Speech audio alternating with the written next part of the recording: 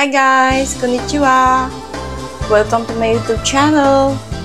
Gagawa po tayo ngayon ng Natsugasai no Nibikashi. Ito po yung mga kailangan natin na vegetables. Cherry tomatoes, eggplant, zucchini, bell pepper, okra. Ito po yung kalabasa. Bali 5 piraso po. Ganito po ang hiwa. Hindi ko na pinakita sa inyo paano hiwain. Ganito po. Siya kakapal. Tapos, kailangan din po natin ng toyo, dashi, sugar, mirin, sake, at tubig. Gagawa po tayo kasi ng pagbababadan niya na sauce. Simulan na po natin ang paghihiwa ng ating sangkap.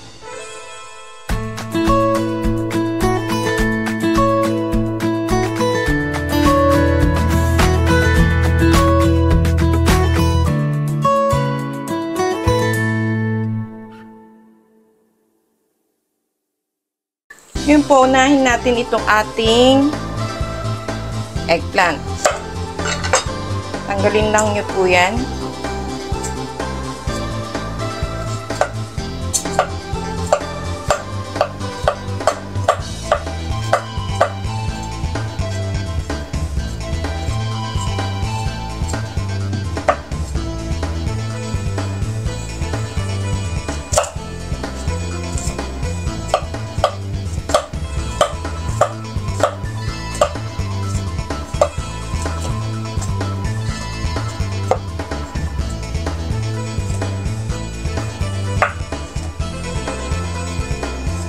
Ang ganyan lang po. Tingin nyo lang po sa gitna.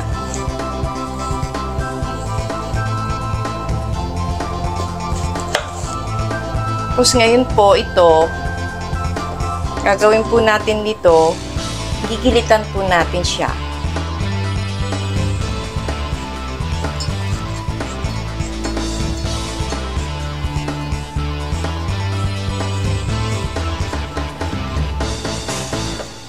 Ganyan po. Gawin niyo po lahat yan dyan sa ating eggplant.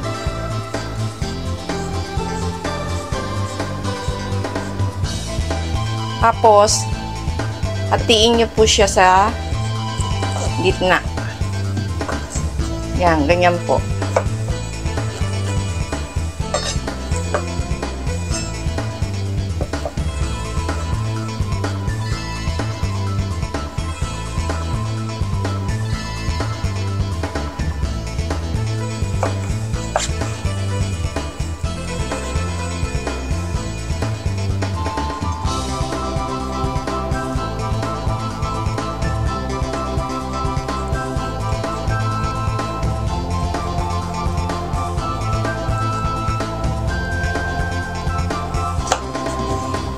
Ayun po ito.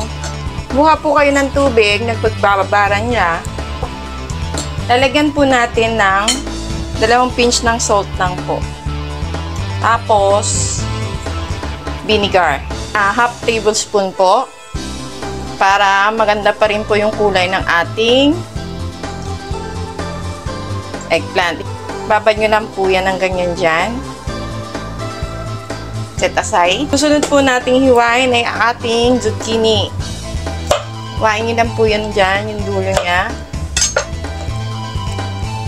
Tapos, hiwain nyo po ng kalahati. At, hati uli. Tapos, ito po, hahatiin nyo ng 3. 3 hiwa lang po.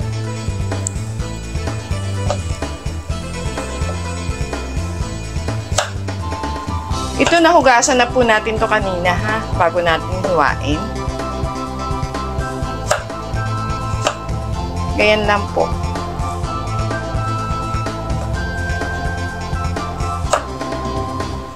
Kung masyadong malaki, hiwain nyo pa ng isa pa. Ganyan lang po siya kalaki. Ito po, isama nyo dun sa ating eggplant. Ibabad nyo rin po siya sa tubig na may asin at suka. Ngayon po, itong ating bell pepper na ito, ganyan lang po.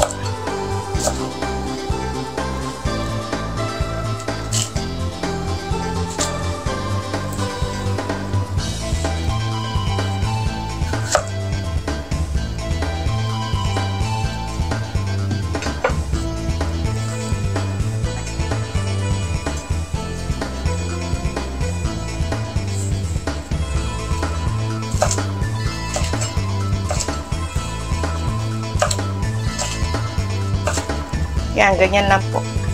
Ito ating luya. Huwain nyo lang po yan na manipis.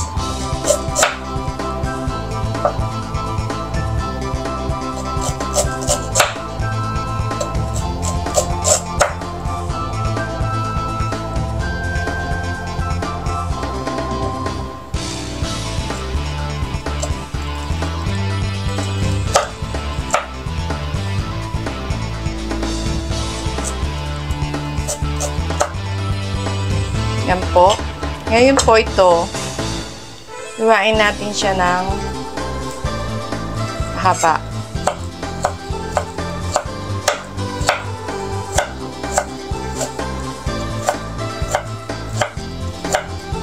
Nahugasan na din po natin to, hindi natin siya pinalatan. Ito pong ating kalabasa. Dito sa Japan, kinakain po namin ang balat ng kalabasa. Ganyan lang pong hiwa niyan. Hindi ko na po sa inyo pinakita ha. Ngayon lang po, 5 piraso po ang kailangan natin. Nahugasan na rin po natin yan. At yung ating kamatis, maliliit lang po siya. Nahugasan na rin po natin, ganyan lang din po siya. So, ito pong ating okra. Kung naaalala po ninyo yung ginawa natin sa okra na nakaraan, lagyan po natin siya ng asin. Ngayon, ito po yung isang ginagawa dito sa Japan para mawala yung mga balahibo niya. Ganyan lang po. Ang tawag nila dito, itazuri. Pagugulungin nyo lang po yan sa ibabaw ng asin para matanggal po yung mga balahibo niya. Kayo po gusto nyo ba na may balahibo? Kasi ako ayoko na may balahibo pag kinakain ko po yung okra. Yan, ganyan lang po.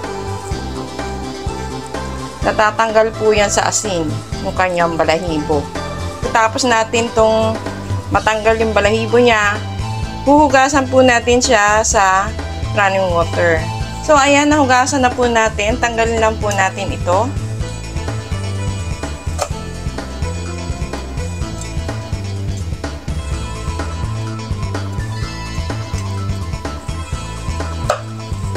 Hindi na po natin siya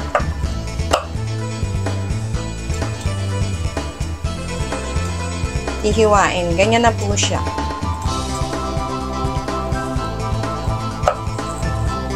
Tanggalin nyo lang po yung mga itim-itim niya.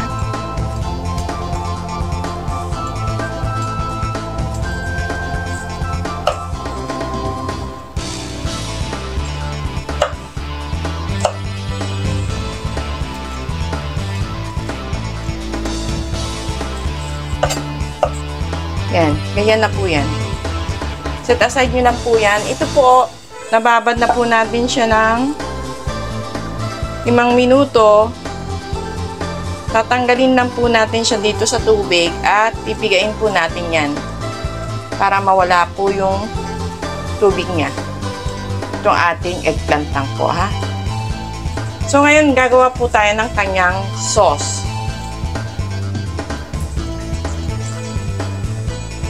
Hindi pa po nakasindi ang ating kalan ha. Wala pa pong sindihan ha. Lagyan ng dashi, sugar, soy sauce, mirin, at ang ating cooking sake. Ngayon po ito, haluin nyo lang po yan para matunaw po yung ating sugar at dashi.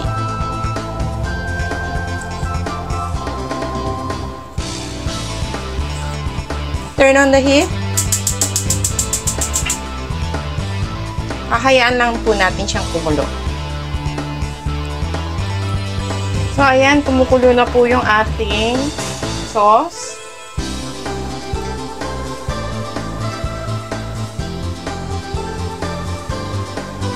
Turn off na natin ang heat niya.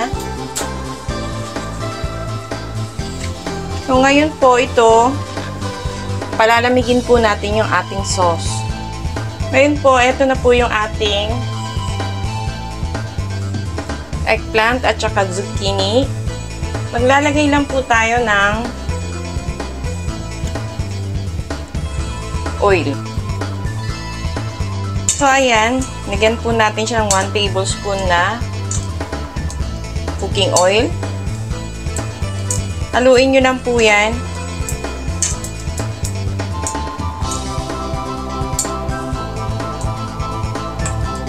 Ito po yung isang paraan na hindi po tayo masyadong magmamantika sa ating eggplant. Kanina binabad po natin siya sa tubig na may asin at suka para po hindi siya masyadong sumipsip din ng mantika. Isa rin din po yung paraan para hindi po mamantika masyado yung ating talong. Ngayon po, magpainit na tayo ng ating kawali. Ay ng half tablespoon ng cooking oil. Turn on the heat. Yung pag mainit na po yung ating kawali, i-medium high heat na po natin siya. Yan. Ngayon po ito, mainit na po yung ating kawali, sasalang na po natin.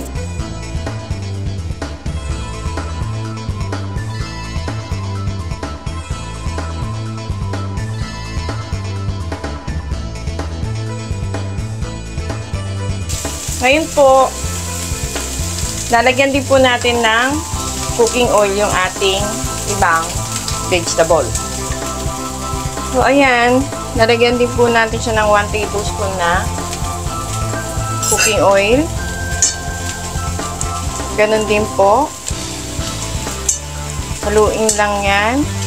Sama nyo na rin din po itong ating bell pepper. Ayan lang po yan. Balikan na po natin yung ating talong. O, ayan. Kita nyo na po yan. Ay, naluto na po yung kabilang side ng ating talong. Baliktarin nyo lang po.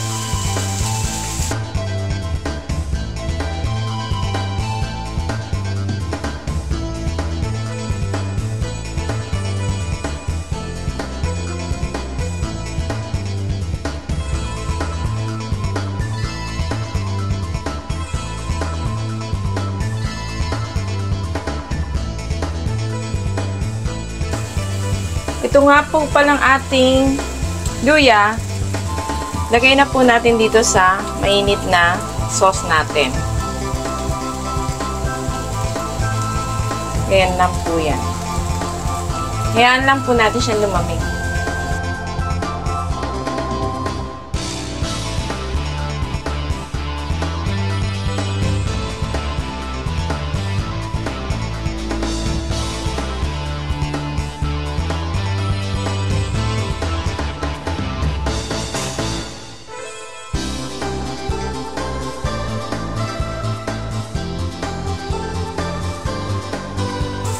So, ayan, luto na po yung ating talong. I-on nyo lang po yan.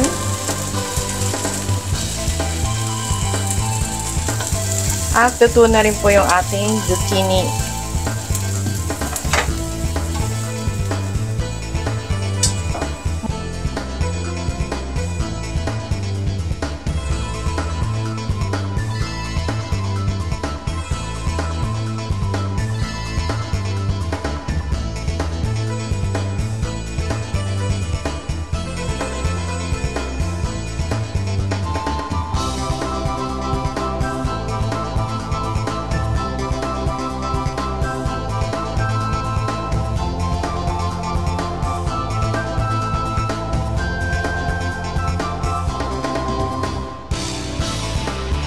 So, ayan. Lagyan lang po natin siya ng 2 tablespoon na tubig.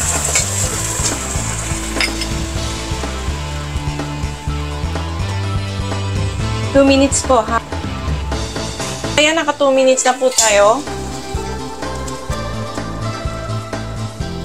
Tanggalin na po natin itong ating bell pepper.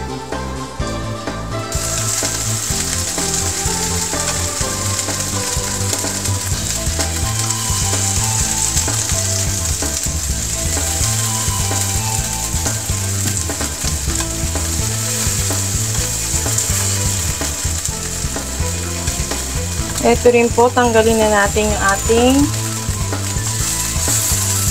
okra. Tapos ito po, medyo matigas pa po yung ating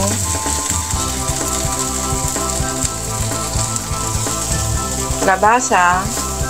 Ngayon, lagay na po natin dito yung ating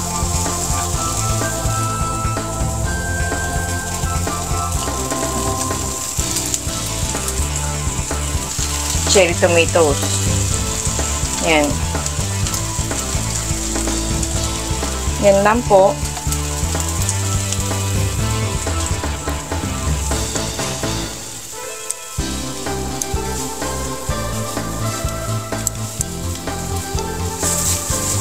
Yan, luto na po. Turn off the heat. At lagay na po natin siya dito sa ating mangkok. So, ito po yung ating sauce. Kanina nakalimutan kong lagyan ng Ajinomoto. Lagyan lang po natin mga 2 pinch lang po ng Ajinomoto. At haluin lang po. At ilagay na po natin siya sa ating vegetables. Ngayon po ito ilalagay na po natin dito sa ating mainit pa po siya talaga. So, ayan, gawa na po yung ating Natsuyasai no Nibitashi.